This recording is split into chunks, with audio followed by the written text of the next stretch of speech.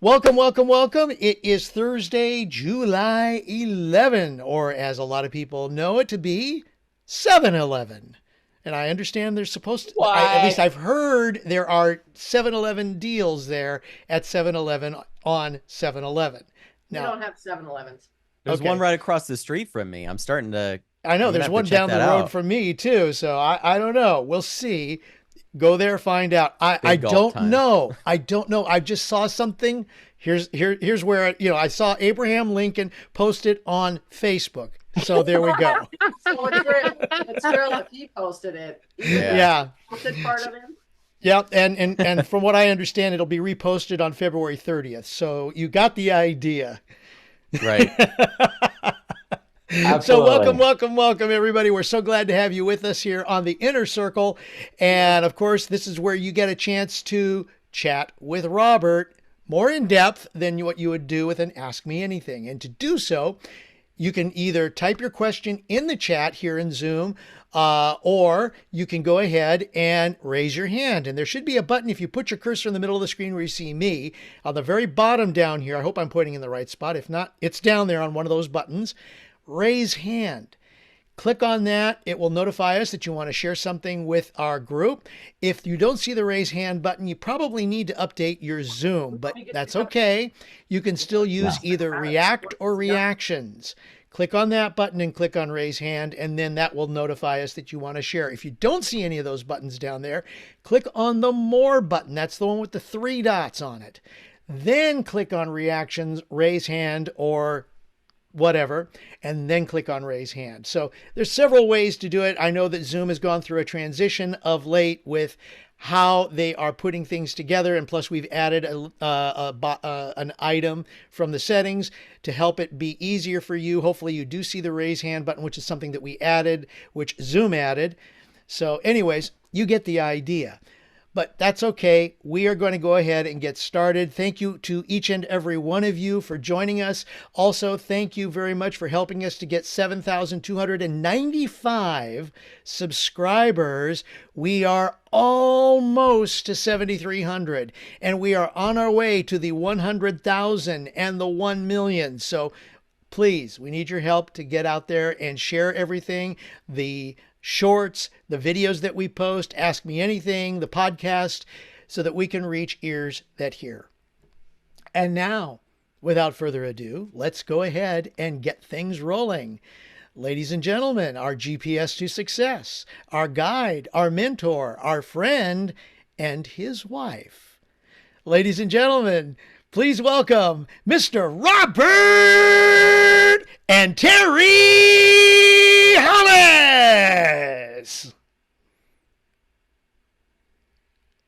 Robert, I you're muted. muted. You're muted. I muted him. Oh, uh-oh. I could hear their Thanks, chit chatting Matt. while Thanks, you're Matt. intro. Hey, thank you very much. I love and appreciate you, Craig. Thank you for doing that. And hi, Kai, Lisa, Marie, of course, Matt and Craig. Got Deb here, Bill, Shauna, Craig, Karen, Deborah, Dee Dee, Melody, Dee Dee and Melody. That sounds like a song. Coach Bob, Daniel, Jerome, Rebecca, Kathleen, Peter and Linda, Peter and Linda, Peter and Linda. It's like so. Hey, Linda, I hope you had a good birthday. I hope you had a good birthday. That was cool. I'm sure if Peter had anything to do with it, it was great. So that's really, really cool. So I only have a couple opening statements that I want to share with each and every one of you, and we can get right into the Q&A. How many of you, and trust me, I'm not judging you when I say this, all right? How many of you have ever read chapter 9 of The Greatest Miracle in the World? Okay? Is there anybody that hasn't read it? All right? Here's the only reason that I'm saying that is, Craig, I don't know if you have a PDF to that. I know that you have Wanda's deal. I think I actually put, in fact, if you go, just put in Wanda's chapter 9. Okay. And I wrote in the description it. I think I figured out something for you guys. All right. How how would like every one of you like to get the results that I got? All right. When I read that chapter, I know what I do differently than you. You ready? I believe it.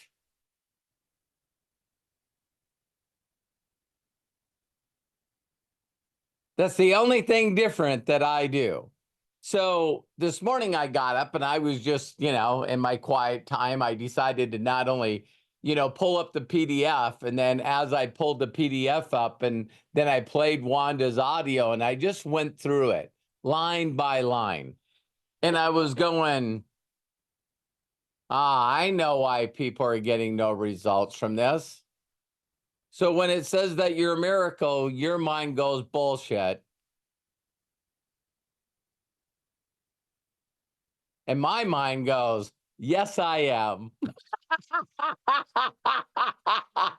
And so I said to a guy today, he said that he went through it. This is how I got on the subject. He says, I went through the book, and then I've been reading chapter 9, and I'm not feeling or seeing any results. And in my mind, I was going, I read it one time, and I was bawling.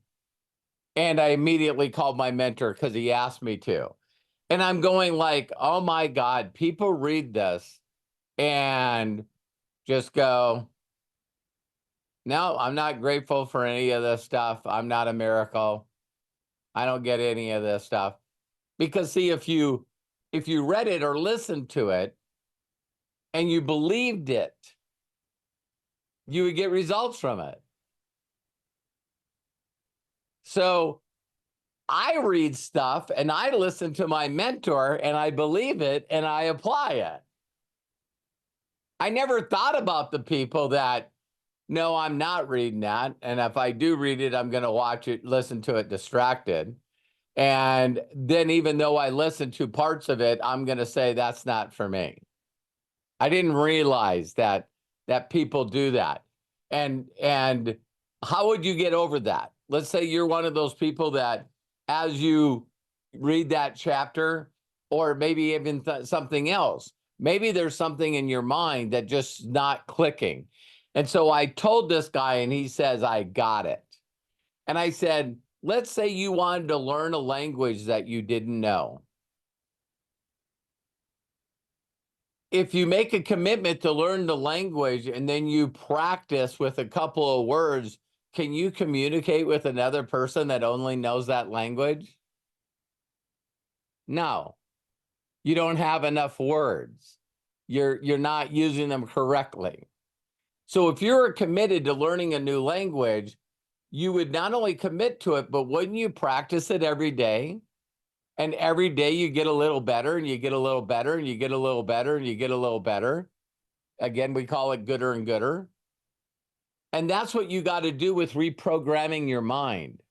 I think that some of you really need to understand that the reason things are not going right for you, or the way that you would imagine them to be, is because you're just not putting enough good programming over the bad programming. How many of you know what I'm talking about? So, let's say that I got introduced to this stuff today, then I got 62 years of bad programming. And so practicing once a week or once every month is not going to ever change that programming. So what that book did for me, including just a little bit of awareness that everything that was going in my eyes and going in my ears was programming me.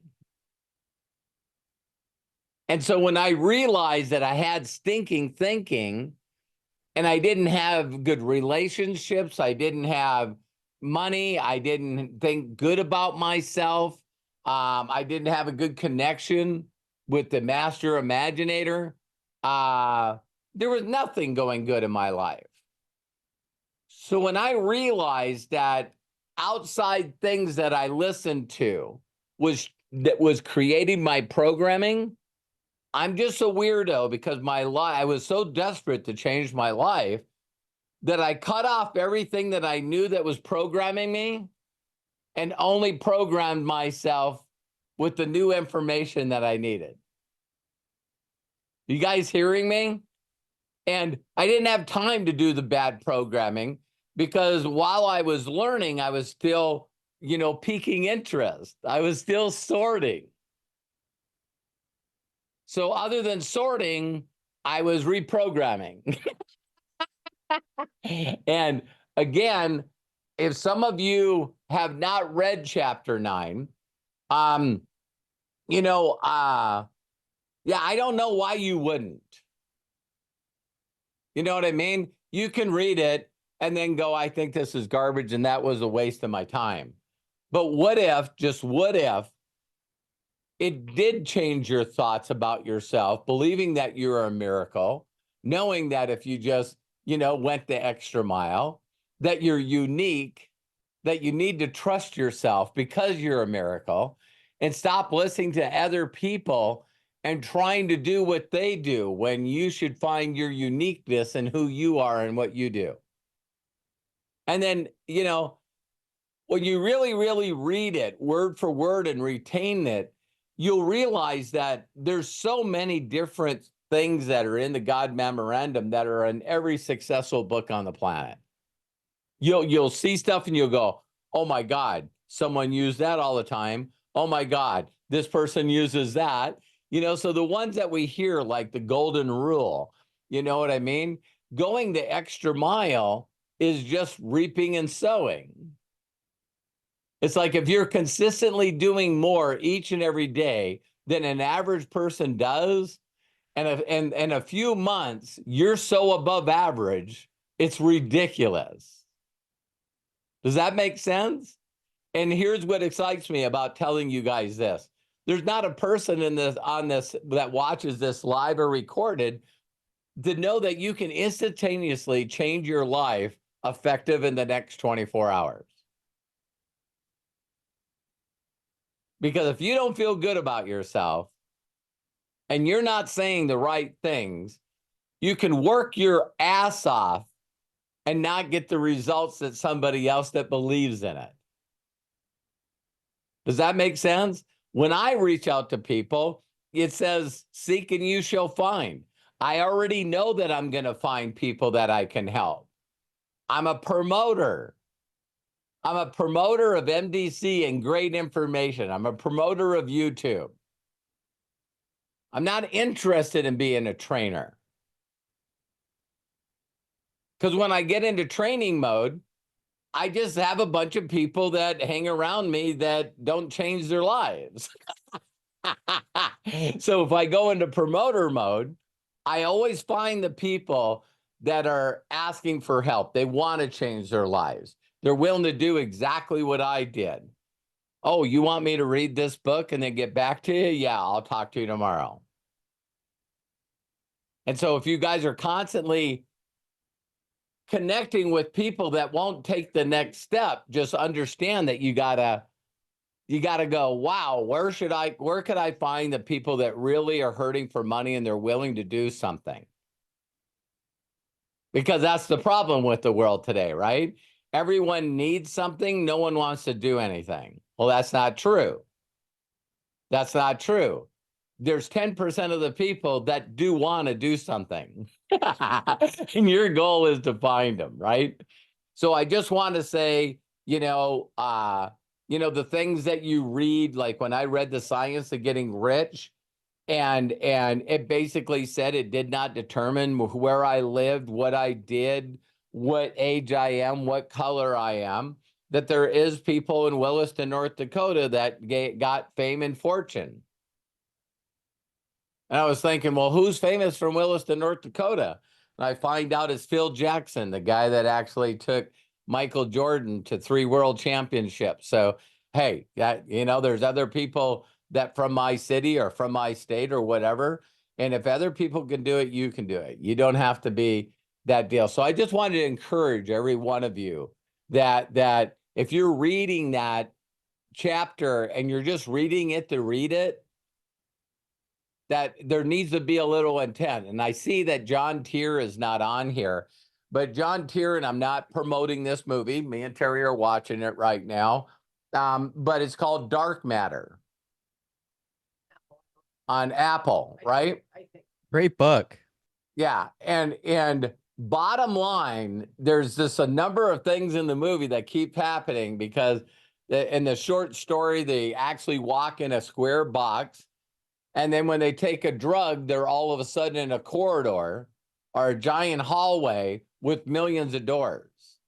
And every one of the doors is a different multi-dimensional universe, right? And what I realized last night after watching it, that she said, what the girl said, you know what our problems are? Because whatever your thoughts are behind the door that you open up. And she said, you can't lie to this thing, right? It's impossible. It knows your inner thoughts and even the lies that you tell yourself. So when they first started opening up doors, everything was like, there's no atmosphere. The sun looks like it's onto Earth. Everything's melted. They open another door, and the whole city of Chicago is flooded. You know? And so they're trying to think positive things. Are you hearing me? They're trying to stay in the positive and stuff. And they open up the door and it's disaster. And so what made me understand this, and we're not all the way through it yet, but one of the things that I love about it is it made me realize last night when Terry and I was watching it, is they probably have gone through like 20 doors right now, and they never can find what they now call their world, the world they came from. And the reason that they can't is because it's infinity of the decisions you made through your journey in life that consistently puts you on a different path. So every decision you make opens up another journey. You make another decision, it's another journey. So how can you catch someone at the perfect place at the perfect time if they keep making decisions that alters and changes their destination? Is that deep? That's like really deep. So I think we all would agree that we make bad decisions, and then sometimes we make pretty good decisions, right? And so it's that constantly refining it, being the best that you can be, because I believe in each and every one of you. The more I dig deep in learning how to be successful, the more achievable it is for anybody. I know that it's just your choice. I choose to do it. I choose to believe. So when I read the book, I believed the book. I am a miracle. I am unique. There's never been anyone like me before me. There's not going to be anyone after me. I was created to be a creator, and I can use the promises that you seek and it shall find. It doesn't say seek and you don't find, or seek maybe you find.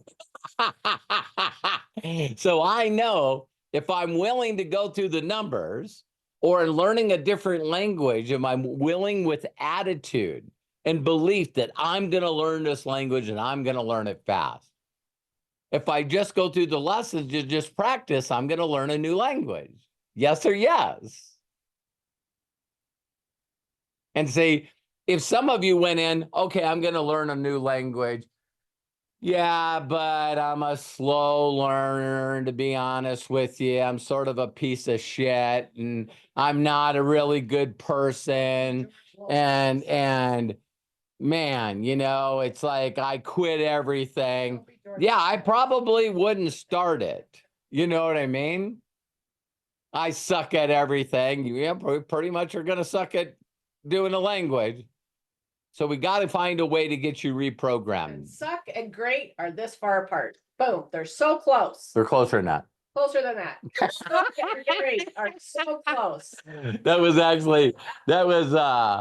Seinfeld. You know, he goes, isn't it funny? He says where you trip on something And he goes, you trip on something and you drop your ice cream cone. Yeah, the ice cream comes out of your cone and you go, oh, that sucks. And then you go, your mind goes, that sucks. And then you go, oh, great. You know what I mean? He says they're not too far away. So Craig, let's go ahead and answer some questions and Sounds like a plan. Let's go ahead and do it. I've got hands raised in reverse order by Coach Bob, Deb Carlson, Lisa Marie Cook. But to start us off first is Kai Au. Kai, go ahead, open up and please share with us.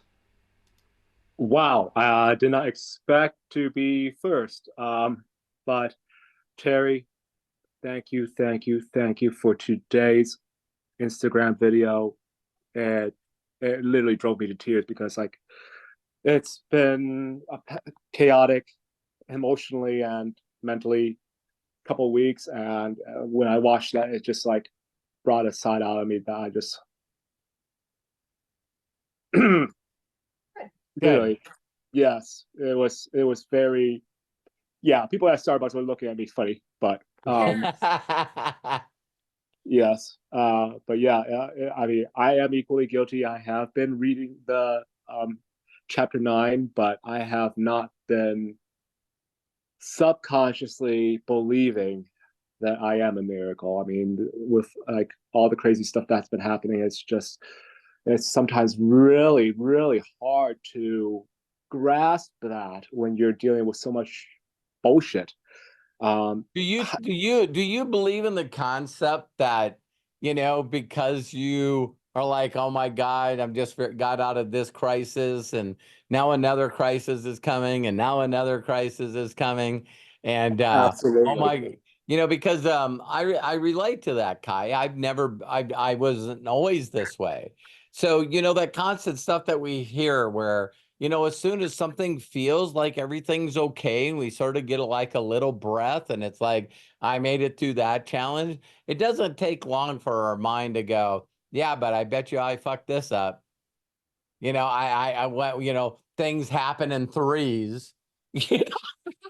It's like all this stuff and that's what I was saying about this movie that we're watching, so there was one time where he goes through the door. I don't think you could ruin except for the plot. The twist at the end, we don't know what it is. But one of the times he went through the door and he's writing a journal, which I thought was pretty interesting, right? And he was writing a journal and he was just going through all the feelings that he felt when his mom got sick and died, right? And so he forgets it. Well, it doesn't mean that you didn't plant it in your subconscious. You didn't throw it out there in the universe. The thought was the thought, right? We don't want it to be a desire, but we thought of it. You know what I mean? So, of course, when he goes through the door the next day and he finally goes to this place that they were going to, and the people were sick. And it's like halfway through the movie and they're catching on. The girl immediately said, wouldn't you tell me the story about your mom being sick and died? And he goes, oh my God, I was. And we just really don't get how our life is this loop that just keeps repeating itself because we think that we're thinking different, but we're not thinking different. You know what I mean? We're not putting the feeling and the emphasis behind, I'm a miracle. I have the universe taking care of me. I'm going to allow this to happen. And I'm not going to have those thoughts of another attack and chaos. And, oh my God, I feel this panic attack coming on again. And, there's even people out there and I'm not here to preach about any belief, but there's actually people that have heard from different denominations that actually tell me that they're in spiritual warfare.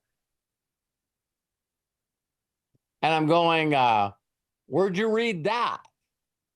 Or did you hear it from somebody? Why are you the person that's supposed to be in the fight, going, having Darth Vader's attack you every day? I don't get it. Because that's not the universe I live in. So Kai, I'm glad that made a difference. Did you get the book on purpose? Did you were going to say something? Well, I got M&M in my mouth. Oh my God. She can't talk with M&Ms in her mouth like that. But Kai, yeah, go ahead. You ready? No. Oh, I'll do it later. yeah. But my whole thing is, Kai, is like, yeah, the more that I was suffering, the more that my life, you know the story, you know, it's like any second I'm going to be homeless and hiding a car from the repo man and no electricity. And it's like, and all these struggles that I've been in, it's like you finally to yourself just go, I'm sick and tired of having this shit happen.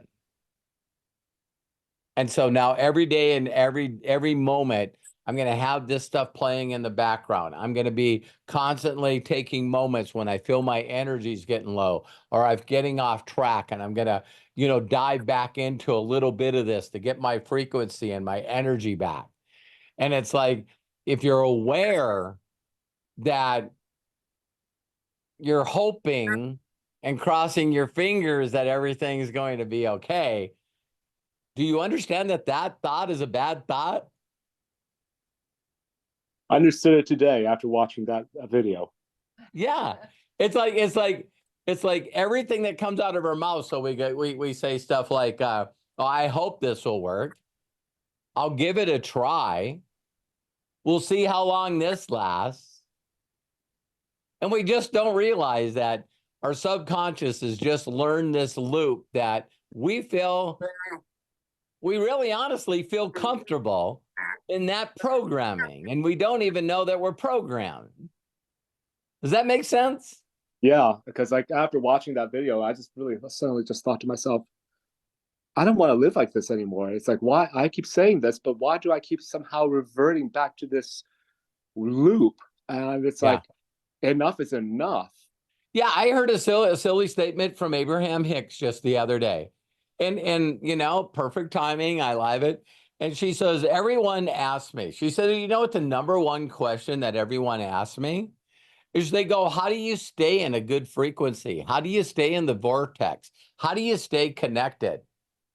And she says, I'm not going to tell you that you're not going to have bad thoughts.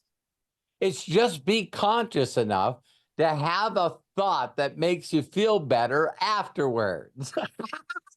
Exactly.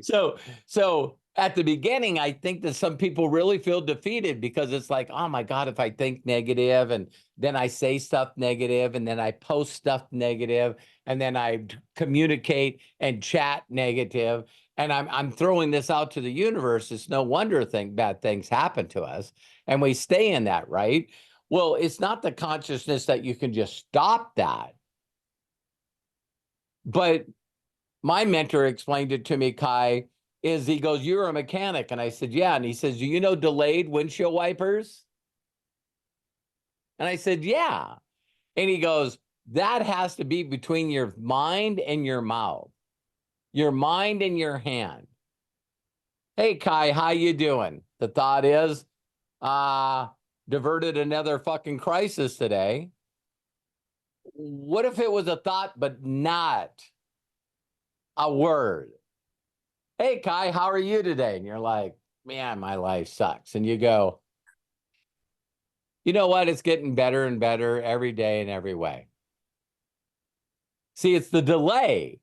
That's something you can practice where the thought happens, but it doesn't come out of the mouth. The thought happens and you're not typing it in the comment.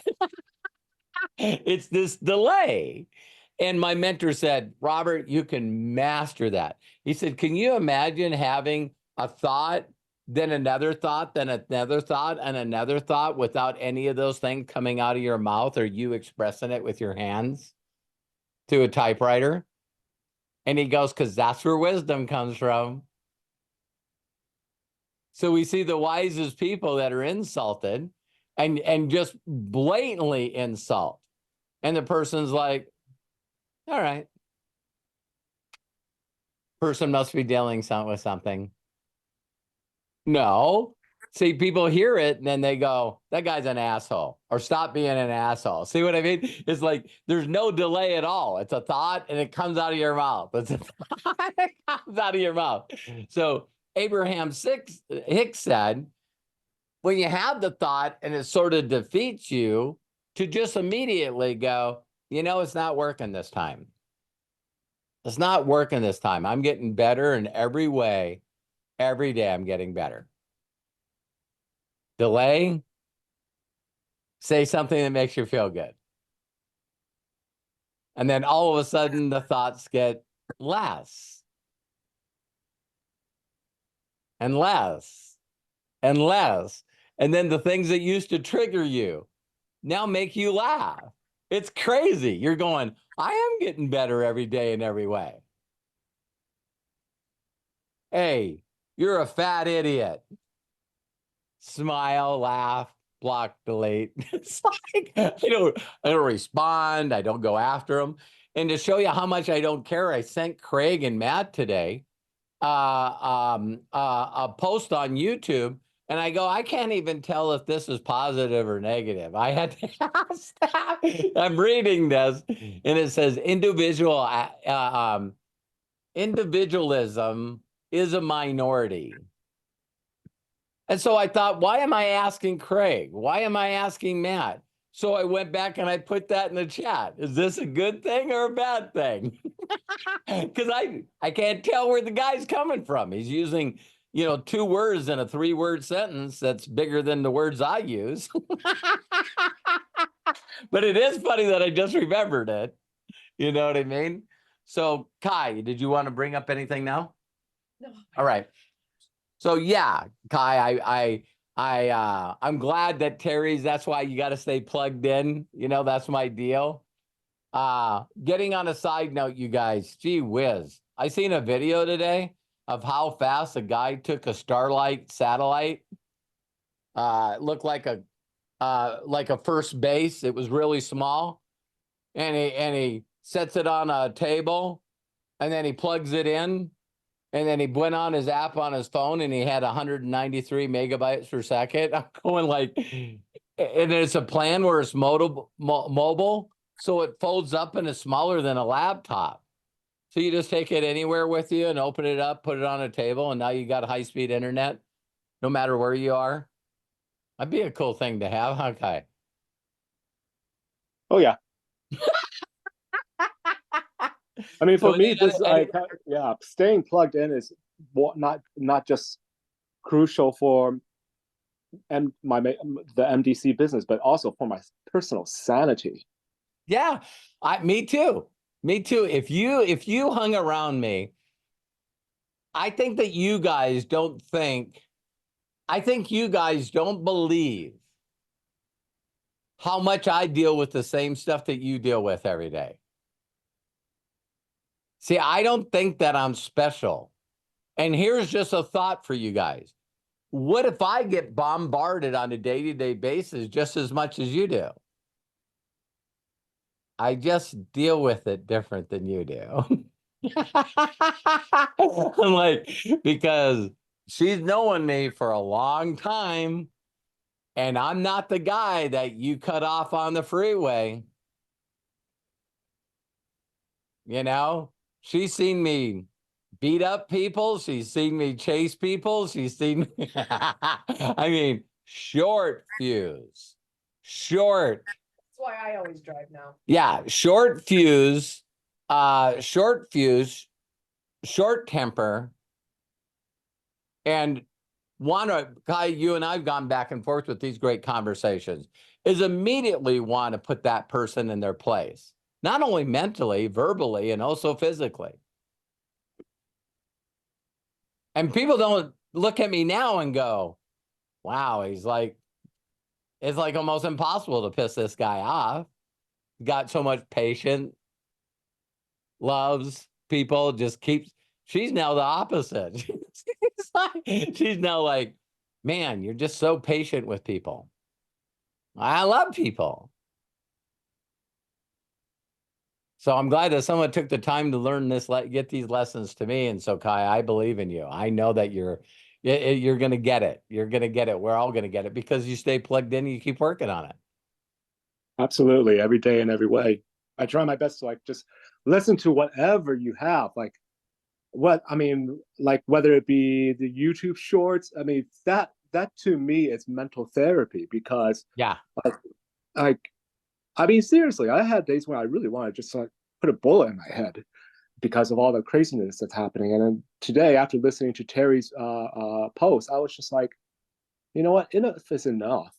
It was good, wasn't it? I mean, I was like just sitting there crying at Starbucks, and everybody was just like, "What is wrong with you?" It's like nothing. Tra la la. Nothing. coffee's too hot. Tears of joy. Tears of joy. Well, we love you, Kai. Thanks for sharing. Thank you. Kai, thank you. And I did post the link to that in the chat. So anybody who wants to see that, it'll be in the chat and the post description below the video if you are watching us on YouTube. Thank you so much. If you are watching us on YouTube, go ahead and hit that like button.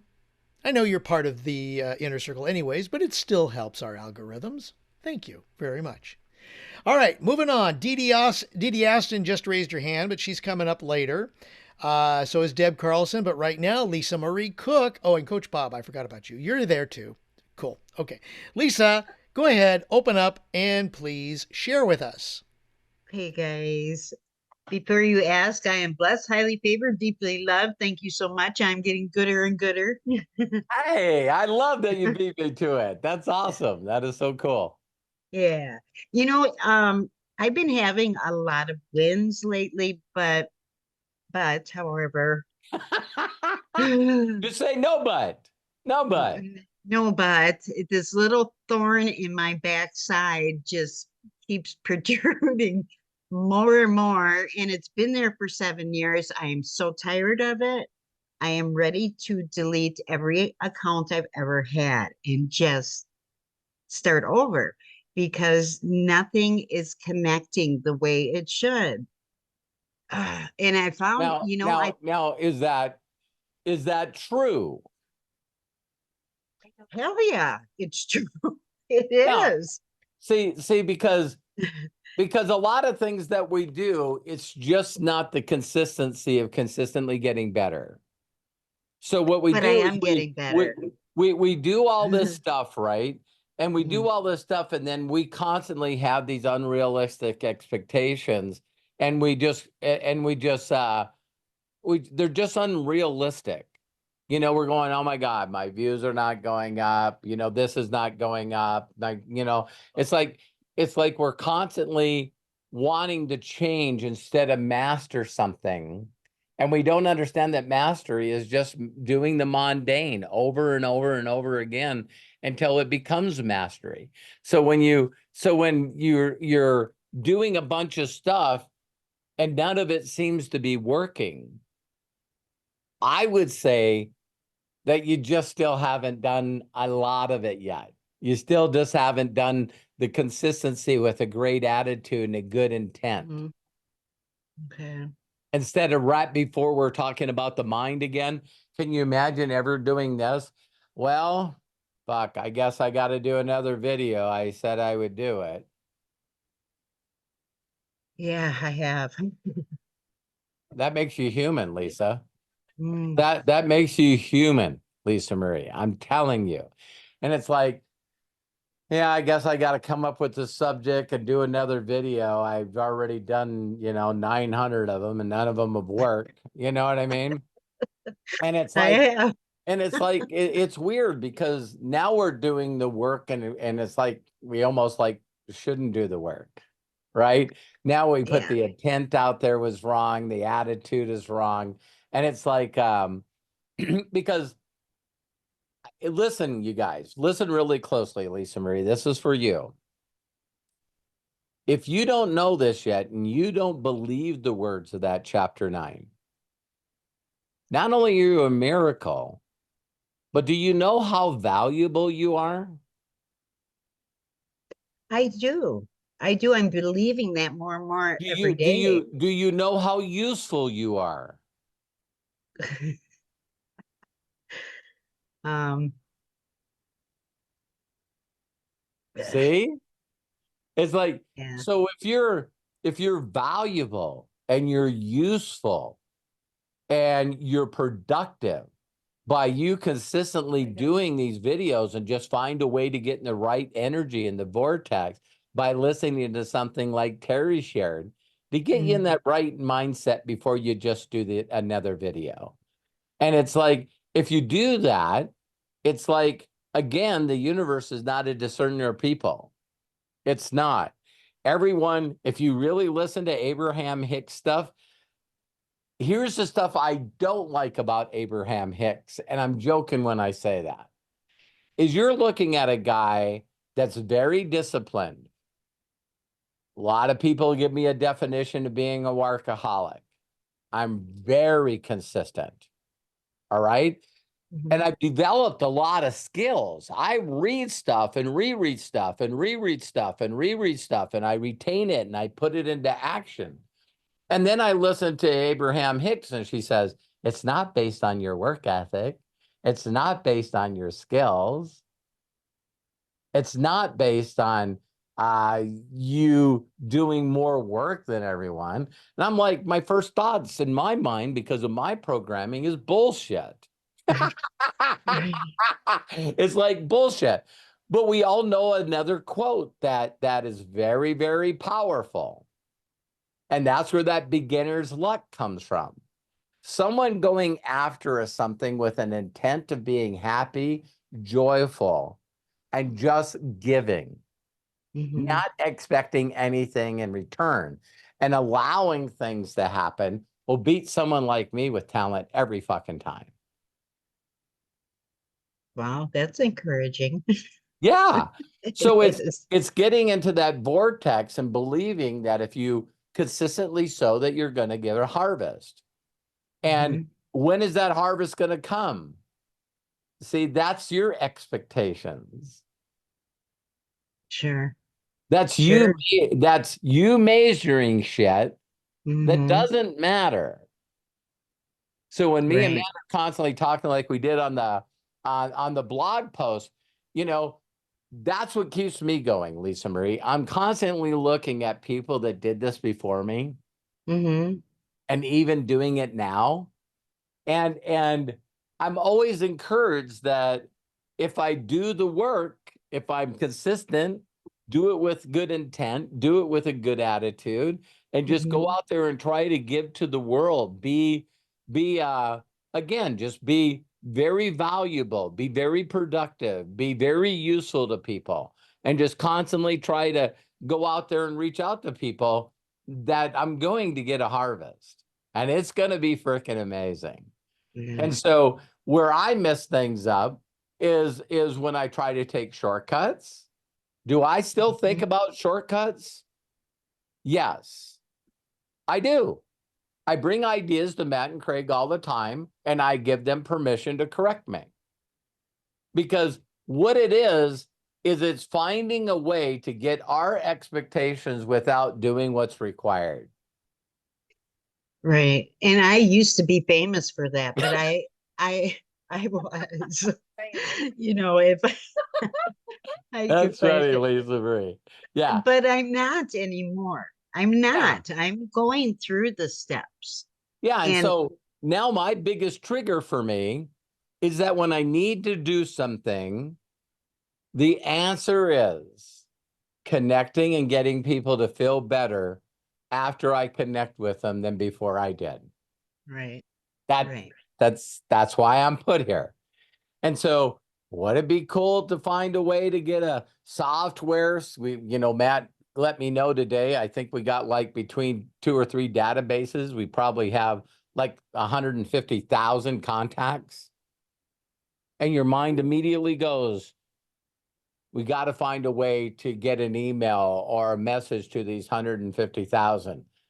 No, you need to get in the right mindset, pray for the right people, and connect with people that don't know anything about you. Right. But that's it's like I don't get instant results from that. Oh, really? Like planting seeds in a field, and then you get up the next morning and you look at the bare field and you go, there, I just don't see any plants yet. Like that. Yeah. And so everything constantly hits in my mind about you know, and again, it's like, you know, isn't it funny that when we see something that excites us, the very first thing we want to do is go back to people that we already know that was at the wrong timing at the wrong Yeah. place. It's like your first immediate thought is to resurrect the dead. Or to apologize because, apologize to them because, we didn't know any better maybe Yeah. back then and how we approached them or But whatever. it would be, I'm glad you brought that up because think of this. Wouldn't it be better? Like, I'll tell you where my head is right now for all of you is like, I now know how to lead people more than I ever have. And the best way for me to lead you guys is to take another position that's not even a builder and take that position and drive it to super affiliate. Can you put my name on there? Hey, when I've done this in the past, listen, don't do this. Don't do this. When I've done this in the past, I've had people figure out what position I'm building, and then they want to get in the power leg of that position. Yeah. If you don't do what I do, you're not going to build another leg, so don't do it. Right? So now you just get worse. Now I have people in my group that look in their back office and they got 11 million in bank volume. Oh, I don't have that much, but I'll tell you what, I got a hefty amount myself. Yeah. And it's like, it doesn't make a difference if you have carryover volume if you're not doing anything in the other leg. Exactly. Yeah. So any other questions? No, but I do have Pull a that comment. thorn out. What's that? Pull No. that thorn out. This is something good. Oh, that's Okay. good? The It's thorn good. is No. good? The what is good? No, I just wanted to say when you first started out, you said you still have this thorn in your back. Oh, yeah. Is there any way we could remove that? Needle nose pliers. I don't. I'm telling, imagination is imagination, isn't it? Can Yeah. you close your eyes and see Terry and I behind you with a vice grip? You know what I mean? You got to go into surgery. It's like, because again, that's just something that you're throwing out in the universe. That is not the uniqueness that you are, Lisa Marie. You know what? I will eventually figure it out. I will. I know you will. And I'm But don't just give it looking a for those. name. Don't give it a name. Don't give it a Right. label. Right. Yeah. Now, on a better note here, I just want to share because today is the very first day without my Band-Aids. Oh, 7 weeks today. Look at that. Look Wow. at, is that crazy? I didn't even notice it. Really? That's awesome. Well, I didn't notice it because I'm too busy looking at your soul. Thanks. You are awesome, Robert. Thank you so much. Thank you for everything you do for us. And Matthew, I watched that Imaginators, the hour. That was so good. My imagination hour. Yeah. Yeah, that was so good. Thank you for all Thank you you. do. Thank you. You guys First of are many, you amazing. guys. I First learned of many. Another one this Tuesday. So first of many. Hey, Tuesday you at know noon. how, Matt, you know how good, thank you for saying that, Lisa Marie. I agree. To tell you how motivating Matt is, it even motivates his mother. I've noticed. That's cool. She motivates me though. So like she's like, hey, listen, get to work. I want to see you again sometime soon. Like, I'm on it. You know, I'm sorry, Terry. I am so sorry. No, go. I was just She gonna was say just gonna- all of the things that you introduced. I was up till 3 o'clock this morning watching your stuff. It's like I'm not getting any Oh, sleep. it's sweet. But I wake up and I'm just like fired up about it again. Yeah. Me and my dad were just talking about this before we got on here. I was like, I'm having a hard time sleeping more lately because I'm working on so many different things and I'm excited about all of them. So it's like, you know, I get the overwhelm and I get the thought that like, you know, we've gone through processes, Dad, where we purged all of our stuff and started over to a certain extent, done that. And I think that fresh start can feel so great, but then at the same time, man, there's moments and times where I'm like, I wish we would have archived at least instead of just, burn the ship, so to speak, right? Well, Right. Matt, But that's on Because me. hey, So. Matt, thanks for bringing that up because you know that I did that video, Trust Yourself. Yes. That's the reason that I do it.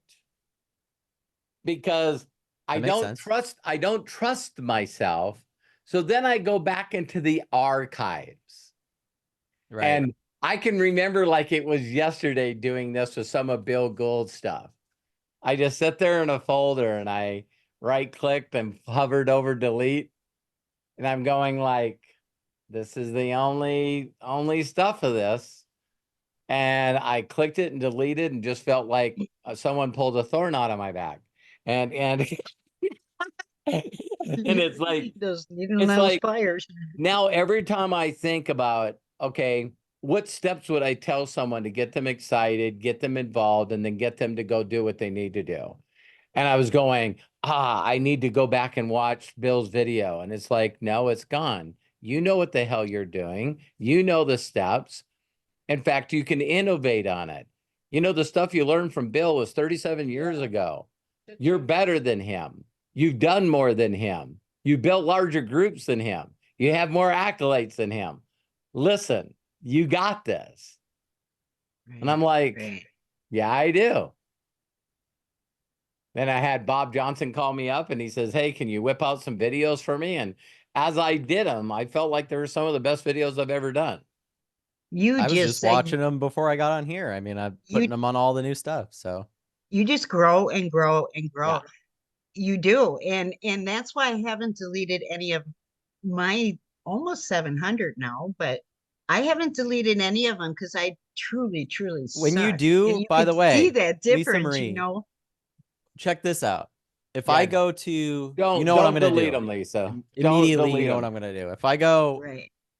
if I go to Mr. Beast's YouTube channel and then click on it, which you just passed 300 million subscribers, and then I click videos and go oldest, his oldest videos are of him playing Minecraft from 12 years ago. I've So seen you them. could, yeah, you could ask yourself and you could say, man, he doesn't make Minecraft videos anymore. Maybe you should get rid of those videos. Well, no, because then anyone can go back and see the growth and the history of him figuring it out, right? Yeah. Right. Instead of looking, and we've done this. I told my dad, I'm like, listen, let's change the way the YouTube channel works, unlist a bunch of these videos, delete a bunch of these videos. And I forgot that when you delete a bunch of videos and unlist them, the views go with them. So if you went through and deleted all those videos, you would lose the count of the amount of total views on your channel would go down. Sure. Yep. Sure. So it's like, why unlist them? And Why, so now, unless yeah, all the videos, think Matt. All Yeah. the videos that I deleted in my channel, now I've slow but sure been adding them. All the ones that I deleted, but I still have them in folders. I look at them and I go, I'm just putting that back up. And listen to this. When I put them back up, I just don't think. Content is content. I'm not watching it again. I'm not analyzing it. Do you guys know how many times I tried to delete the professor video? I just can't do it. Wasn't meant to be. I go in there and I look at it and I go, this is so old. I was in a different place in my life. I was doing this coaching stuff. And then, of course, the person that I was actually training with is like, not good history. You know what I mean? So then I go back and I watch it and I'm like, God, this is good. It's like, Right. and here's the other thing that I keep doing. Well, I can do better than that. I can do a better video than that. Well, then do that one, but don't delete the other one. Right. See what I mean? So Yeah. I'm proud of you. Thank you. I just got one quickie for Matthew on Visitor. Can God. you switch them back and forth from your different go ahead. channels? When you're on Visitor, it doesn't. So Vizard basically, if you click the disconnect button, you know how you like to post. right? Me and Hannah even noticed this, and it's one of those things. But that checkbox that I showed in that training to uncheck it, Vizard doesn't automatically do that.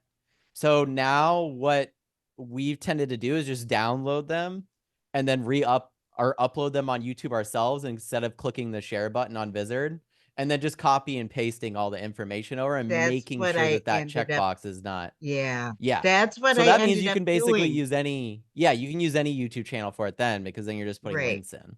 Right. So And then just copy and paste, even if you wanted to share to Instagram, Facebook, TikTok, all yeah. them, you No, just I mean, I think the generate TikTok, and paste. Instagram ones, those ones I don't really think about as much. I don't think that it would change much there. But I do know that YouTube setting, I've had, since I did that video, I've had people reach out to me and go, wow, I'm actually getting views for the first time now. So it's Okay. like, because, that little checkbox that says show to subscribers first, if you have 5 subscribers and they're not all online to watch your video, Exactly. it's You immediately going get to go, no nobody wants to engagement. watch this. Yeah, Right. exactly. Yeah. Okay.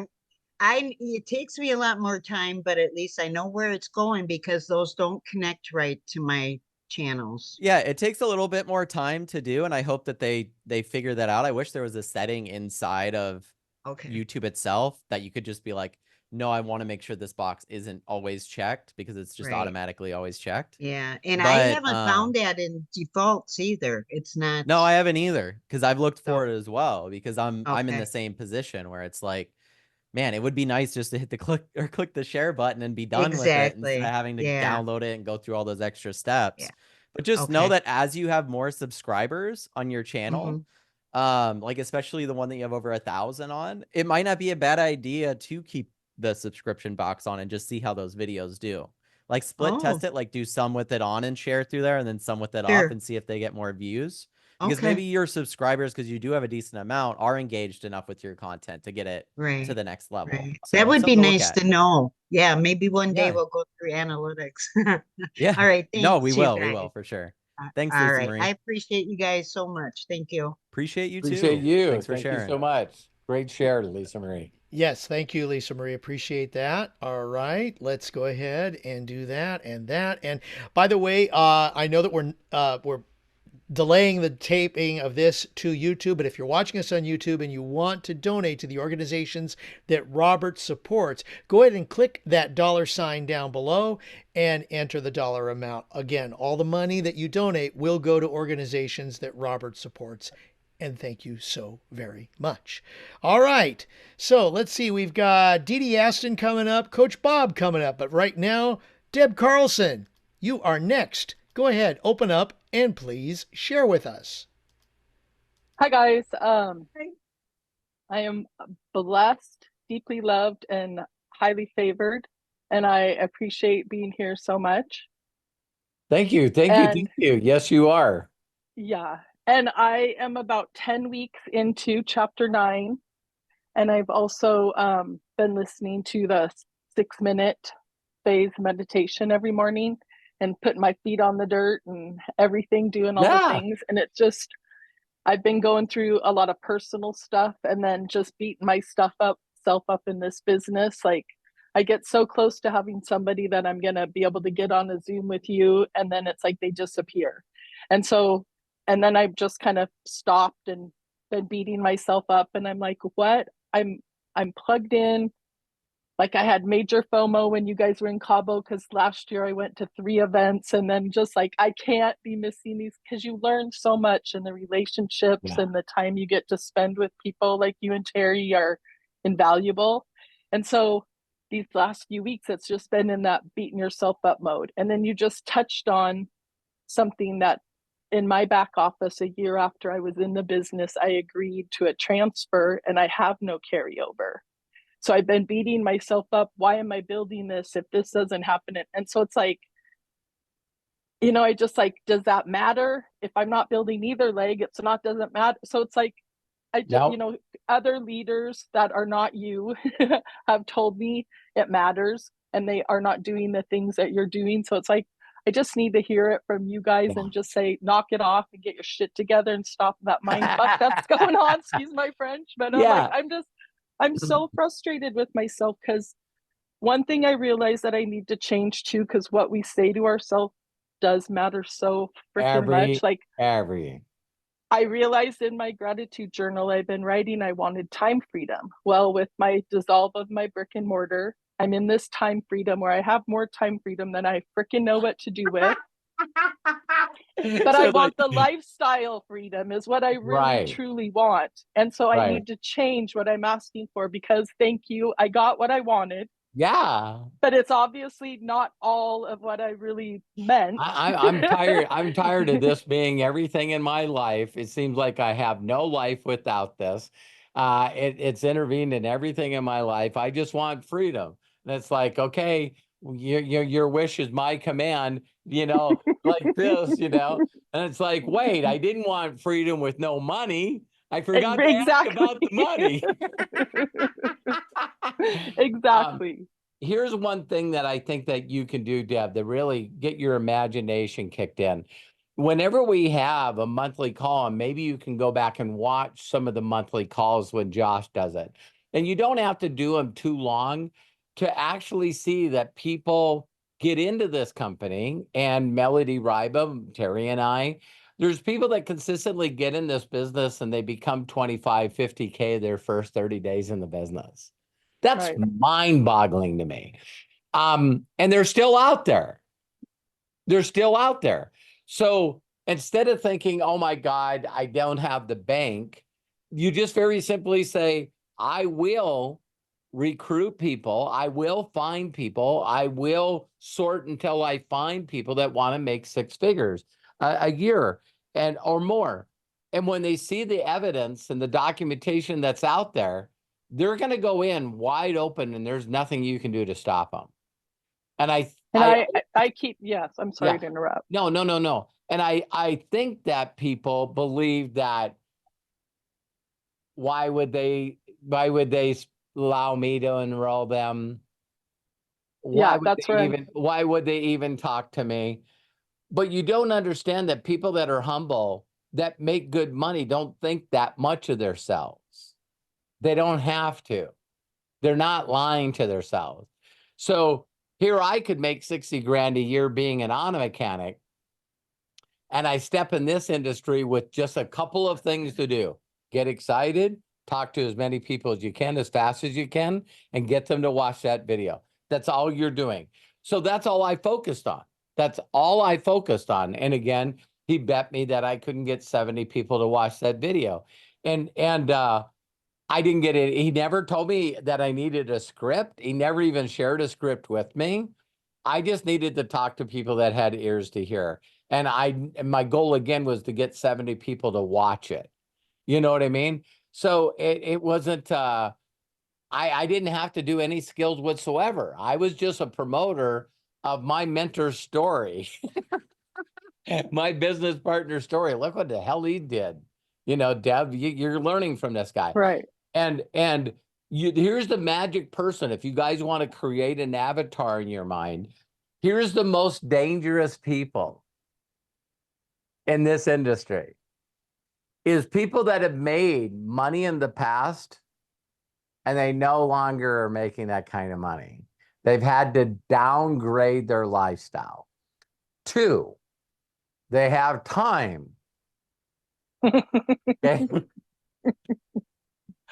And then 3, they have an influence. They have an influence. They sometimes don't realize it, but I can guarantee you, Deb, if you really, really thought about it, there's people that you could reach out to and just say, hey, listen, I've always respected you. I know you're the kind of person that is not average, and we need to work together. You need to help me do this. And they're just going to go, okay. Yeah. But you have to believe that they look at you that way. Right. See what I mean? You're not a nobody. So when you find people that have money, they have time, they have influence, and they see an opportunity of going, wait a minute, I could make $250,000, $300,000 a year and just go around the world traveling for the hell of it. It's like, okay, I'm in. And sometimes we try to make it too big of a presentation. So I hope that helped you. Yeah. Yeah. And like you touched on something last week too, it just reminded me too, like Jefferson's story where 9 years into it, because that's I've been beating myself up to it. Like I don't have the documentation to prove it. I've been in 5 years and it's like, hello, here's my back office. But like that helps me, and then we don't have to show my documentation. I can show yours, and just having the right Absolutely. people have my back. I appreciate. Yeah, I don't you guys, understand. so. Like I even told my mentor when I was in the business, the only time I had to talk about anything that I ever did in the business is when I think I shared the story, but I'll make it quick. I got involved in the business before this guy Rich got in. And he actually hit the upper position before me. And so I remember asking Bill, how in the hell did he do that? And he goes, the person that makes the cash has the chalk. And I go, I don't want to do presentations and stuff. And he's going, but do you realize that when people see him get in front of the room, they immediately go, God, he's doing something that I can't do. So they just have more respect for him. And I remember the convention that had happened, and he goes, listen, get a haircut, get clean shaven, and put on a suit. And these are three things that, no way, I'm not going to do that. Until someone beat me to the top position. And he did get a haircut and he was clean shaving. He did have a suit. Now, one thing about that is that was before videos were recorded. You know what I mean? So I definitely kicked his ass once Bill recorded a video for me. Because now I'm going, listen to this guy. You're learning from this guy. But yeah, I just never ever wanted to step into that role. And as soon as the internet came out, oh my God, it was like I'm a geek from the dork force, and I'm going, I'm gonna record short videos on every part of the presentation, including testimonials, and then I'm gonna even put like a next step video series in there. And I was doing that with Google Drive before YouTube. And of course, people would click on the video and it would be a 10-minute video. And they said, it's just doing this time clock thing, the sand. And I said, yeah, maybe you should go get, grab a bite to eat and come back and video be downloaded. To think that it was that bad back then. I mean, do you guys remember, not getting off track, but do you guys remember ever clicking on a picture and it would do this tile thing, where it would bring in just a section at a time, and it was like you're sitting there watching and it's a freaking picture and it's just like slowly coming in like a TV. And it was like, wow, how did we, Matt, are you listening to me? No, I'm kidding. Yeah. Yeah. I'm telling him about the old dial-up. days, Yeah. I just zone that crazy shit out. Dial-up. The AOL tone that you used to hear to get online. I'm too focused on AI in the future. It's like the opposite of all that stuff. It's super speed. Yeah. So my son works for SpaceX, so I hear about the technology and stuff all the time. So it's really fun to be a part of that and hear that. And it's way cool. Over my head, just like all the stuff you do, Matt. But I just have to rewatch, and take notes, rewatch, and yeah. So that's very cool, fun. Deb. So just I'm glad, I'm very proud of you, Deb, that you're aware that you're beating yourself up. There's a lot of people on this planet that are not aware they're doing that. Yeah. Yeah. So again, I know I have the tools, and it's just like, why am I doing this to myself? It's time. I have the time. I have the skills. I have the people behind me. And like I said, there's just been some hard life stuff the last few weeks. And so I've been letting that get to me, but I do change the wording of everything. And I wake up every day grateful and ready to be positive, but it's just putting the work in that I've been lacking on. Just don't forget that every time you feel that, just think of me yelling at you, you're Deb fucking Carlson. You're a fucking warrior. This shit is nothing. I'm a warrior. I just celebrated 42 years of marriage yesterday. Yeah. Congratulations. Okay, I'll remind myself that. Yeah, just every time you're beating yourself up and you hear the voices going off, or you're listening to other people that have a different opinions of stuff, just hear me saying you're Deb fucking Carlson. I love that. That shit, just tell yourself, I don't fucking care. I don't fucking care what you think. Thank you, Terry. I love that, guys. Okay, Yeah. I'm just gonna keep this on repeat. I'm gonna cut this little section when Yeah, somebody teaches me how. edit this part and it's just like pull it up on your phone and Terry and I are just like, okay. I like it. Okay. Thank you so much, guys. Okay. Love you and appreciate you. Thank you so much. I appreciate you so much, guys. Deb, thank you so very much. Appreciate you. Thank you, Craig. All right, moving right along, we still have Dee Dee Aston coming up, but first, Coach Bob. Unmute Coach Bob and please share with us. Hey guys. Hey Deb, hang in there. We're all here for you. If you ever need someone to talk to, or need help with anything, we're all working together here. We're all here for you. Thank you, Bob. Yeah, I know it gets tough at sometimes for everybody. I mean, me, I get frustrated too, so love and appreciate everybody. Hey Terry, Robert, Craig. So have you recompressed after decompressing? I don't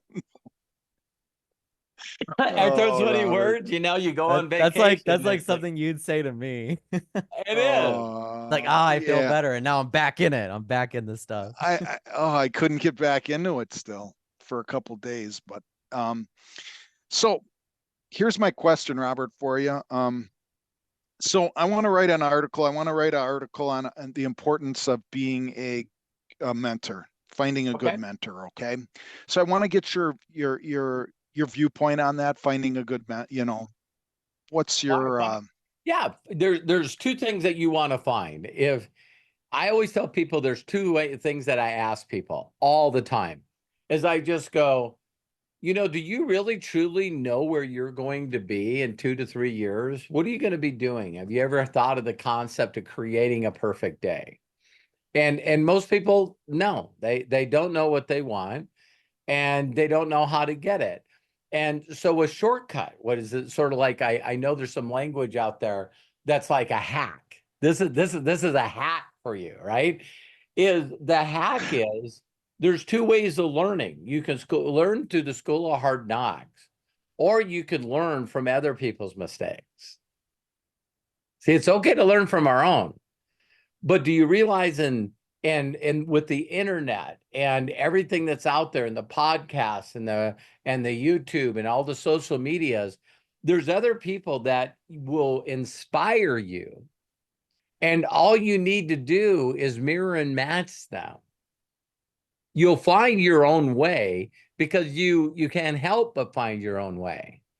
But if you really think of everything out there, it's like, the Olympics, that would be a good one, Can you imagine, do you think there's any athletes that are going to Paris for the Olympics that don't have a coach? And you know what the best coaches are? The people that helped other people get gold medals, right? And then there's one other coach that's even a little better. It's a person that helped other people get gold medals and them too got a gold medal. See, now all of a sudden you're learning from someone that has been through a lot of tribulation, a lot of up and downs, a lot of failures to rebuild. They've been through injuries. They probably might have missed an Olympic for some reason because of injury or something. And I mean, I don't think that there's anybody on the planet right now that's not inspired by Simone. It's like, wow, that was huge when she was at the Olympics and said, hey, I got the twisties, I got to pull out. You know what I mean? That's wild. Right. And everyone that knows what she's talking about goes, it's in her head. Has nothing to do with her physical ability. It's like, what? What? She's not injured. She hasn't hurt something. She just, her mind can't correlate with the 30 spins that she does before she lands with, 5 flips in that. I can't imagine, you go around on a merry-go-round. Yeah. You go on a merry-go-round a couple of times and all of a sudden, you do some Brodies with a car. I can't imagine doing flips and spinning that fast and then having a consciousness of where to land. Of course that's muscle memory. But, Sure. she not only steps out, but now she comes back to the Olympics. I think she's won 6 world championships in a row. And now they say that she's going into this Olympic with 3 moves that are named after her. And they believe that she'll win the gold medal with just doing one of them. But to think that if there's anybody seen her do it and they pulled it off, that she's got another 2 in her pocket. That's some confidence, going in there. So we always love the regs, the rich is different. So, I'm sure there's a lot of things that you can find, but I know without a shadow of a doubt that I wouldn't be here without my mentors. No way. No way. And I think that the people that haven't had a mentor and haven't become success, you know what they constantly say to me? No, you would have figured it out. You're the kind of person that would have figured it out. I don't believe that. I don't believe that, because here's something that I love saying to people, and maybe you can word this the best way. If you possessed the wisdom and the sequence of doing something to create a 250 or 500,000 or $1 million income, why aren't you doing it?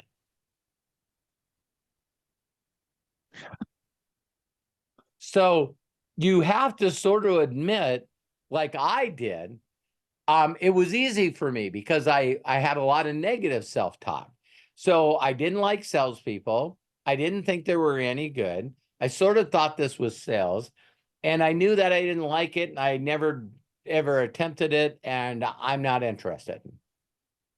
So it was easy for my mentor to share with me. And, a lot of people don't like objections, but if you're confident, they work in the opposite way. Yeah. Because I can remember telling them, hey, I don't like sales. This is why I don't like sales. I gave him the story and everything. And he just went, that's awesome. That's awesome. And there's nothing worse than someone telling you the reason they're not going to do something. You go, that's awesome. That's awesome, because, we don't sell. We sort. I'm like, Right. what the fuck is that? It's like, yeah, but it's funny, right? So the words that, it'd be neat, because I don't know if you do this, but sometimes I'll go in, especially with AI now, and I'll just put in, what are the most famous quotes about mentors and coaches? You know what I mean? And Sure. and I'll post those, you know what I mean? And it's like, so when you see somebody that you really, really respect, tell people, like Michael Jordan has said it so many times, and also Kobe when he was alive. So I know that you could find those, and Shaq, you know what I mean? It's like, no, when you tell people that story, go, when Kobe Bryant got recruited out of high school to play for the Lakers, do you know that first year that he was there, they also recruited Shaq? And do you know that they played 2 years together, or maybe 3? I don't know the exact. We can check it out. But they worked together for multiple seasons and got swept in the finals. So the first teams they go up to against, 4-0, and they're gone. First 1 to 4 games is gone. And they were learning underneath a guy, Coach Brown. And he always did everything in fundamentals, the basics, right? And that's when the Lakers recruited Phil Jackson. And Phil Jackson said, I'm not interested in being a coach unless Shaq flies out to my ranch in Montana. True story. And so Shaq flies out there, and he shows up at his house, and he says, you're a big guy. He goes, I've been trying to get that log, that giant log moved off my beach. You know what I mean?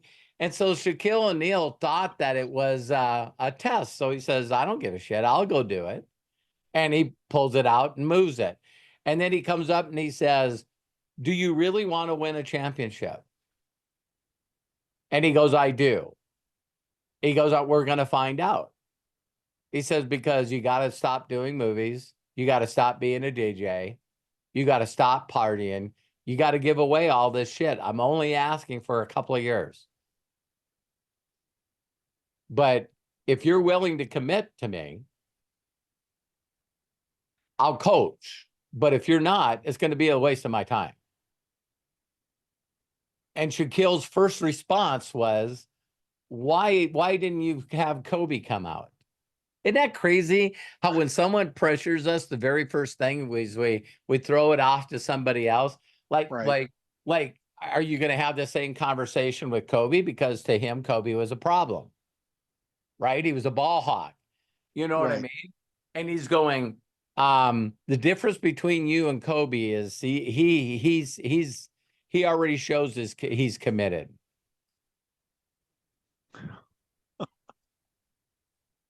If I got a commitment from you, I'm going to change your life. And he goes, okay, I'll do it. And what did they do? The 3-peat or whatever?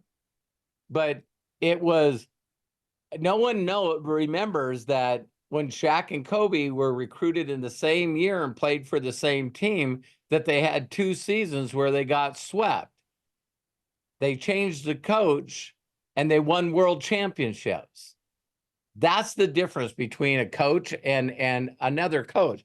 And if you guys ever read the book, it would be basically more on leadership. But the Zen of Coaching, by Phil Jackson, they just call him a Zen guy. And his whole thing was, you don't coach superstars. You build things around superstars.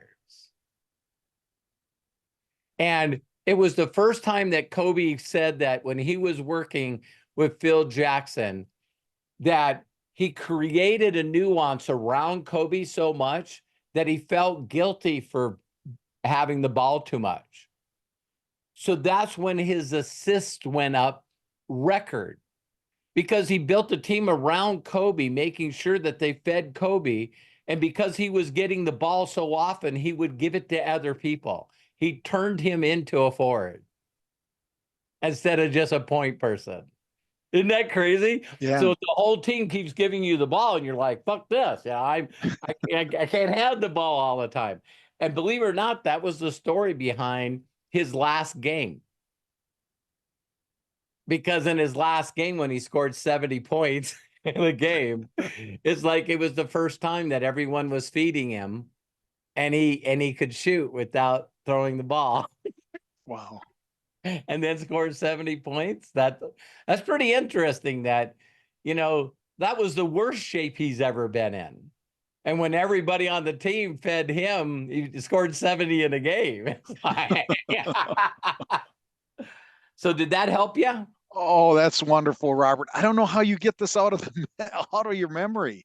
Wow, you've got a great memory. It's just phenomenal. Yeah. Thank you so much. Yeah. I'll tell you where that memory comes from. Stories inspire me. So if stories inspire me and they hit me on an emotional level, they're easy to recall. So I'm constantly looking for stories that, in a selfish way, motivate me. Oh, motivate. Yeah. They motivate me. They inspire me. So when I get in that inspired mode, then, Terry still says I got to come out with a course, Born to Bullshit, but people can take people can take my stories and Google them and AI them and I'm, Been saying that for years. Yeah. Years. But I'm not into courses, so you're done with that. Please, they don't make enough money. They don't make enough money. Anything else? No. Thanks so much. Love and appreciate you guys. Thank you so much. What kind of smart ass remark did you have, Matt? I said, please no on the courses. I said subscriptions only. And I also said, of course not, Robert. I'm not making some more courses. Way to go, Craig. You taught me residual income. Yes. Okay, Oh, there courses we are go. not residual income. Yes. So And so you guys know this, that so you know this too. My mind's really stuck on this new thing. You know, every year I try to find something new that I can really, really put my head down and focus on. And I just love this Charlie Munger thing. I'm telling you guys, I'm focused on it more than anything. Is I am building an empire that will grow without my effort.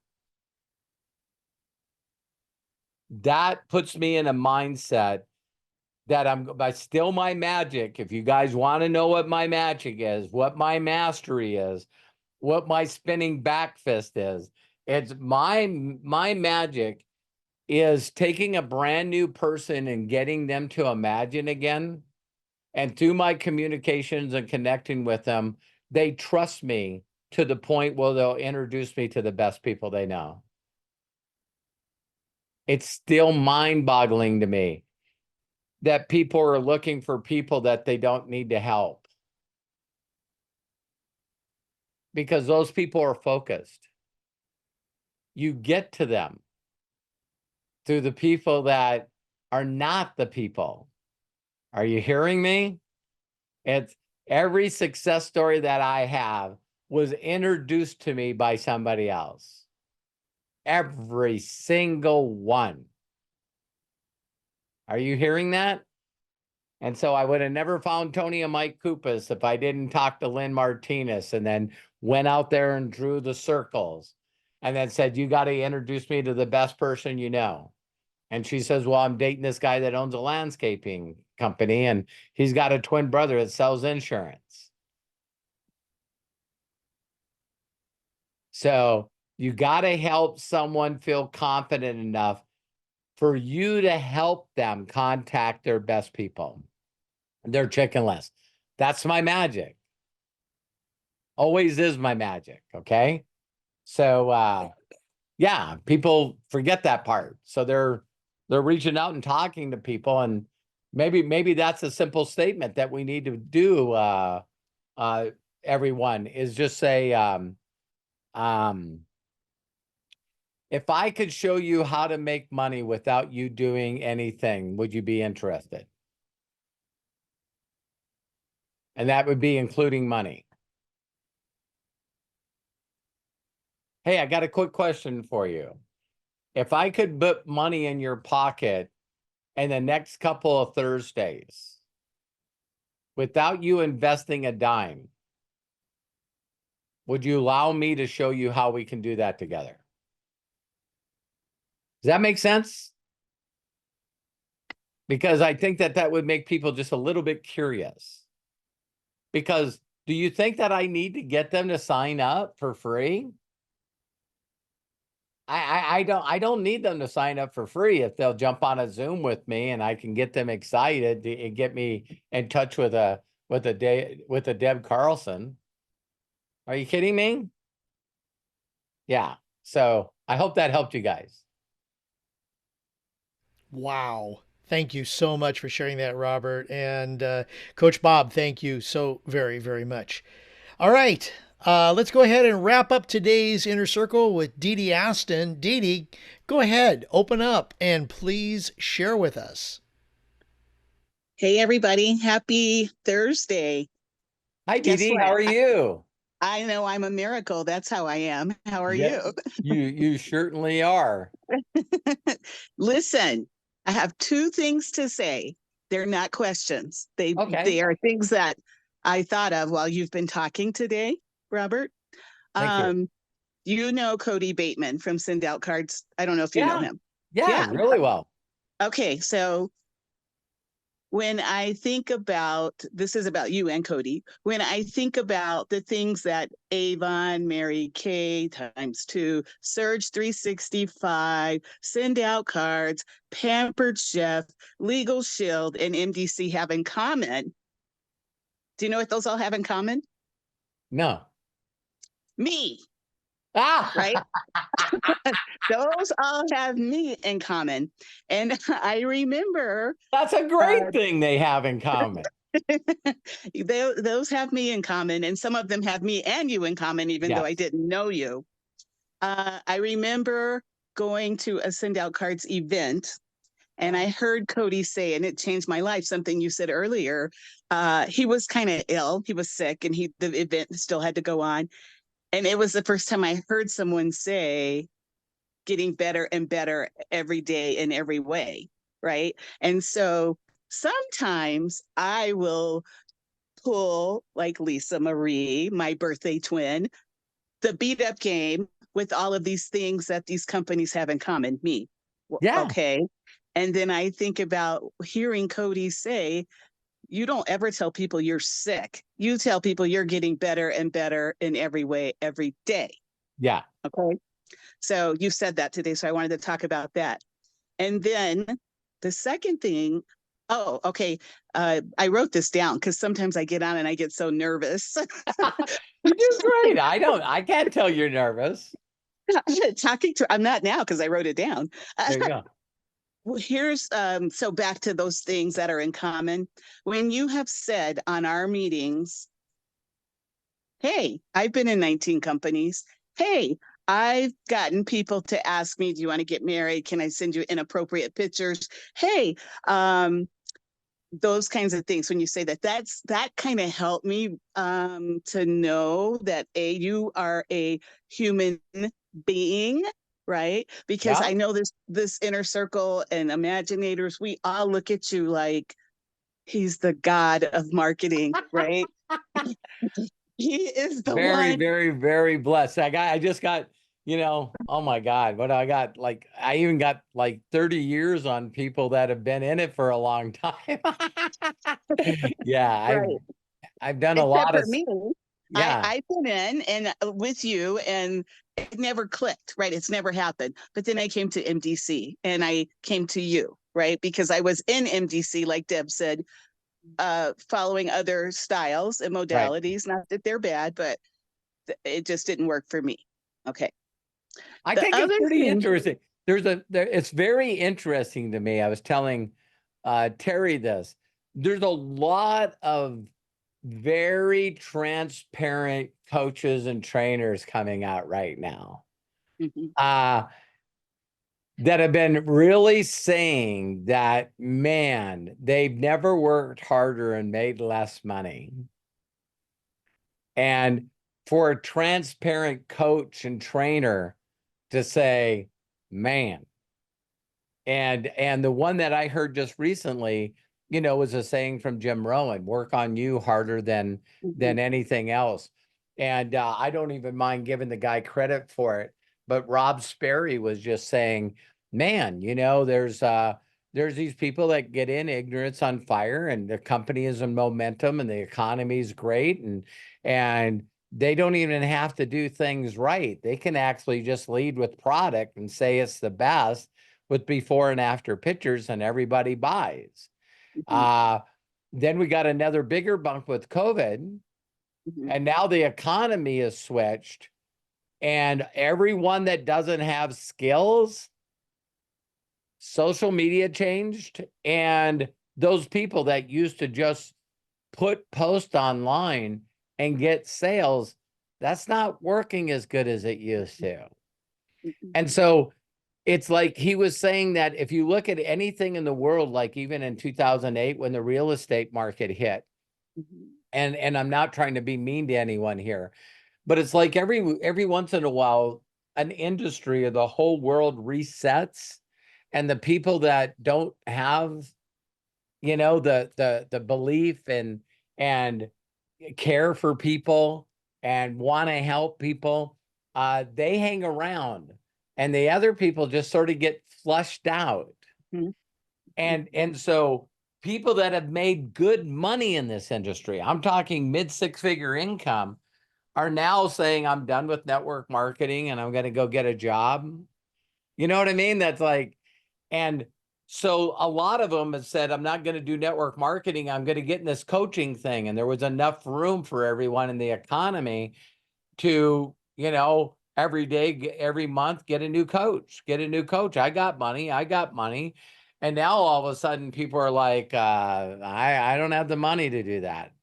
And I think that's awesome. You know what I mean? So it's going to be neat to see the reset in a couple of years from now. The people that are going to be the top earners in the network marketing industry are going to be people that know how to do it.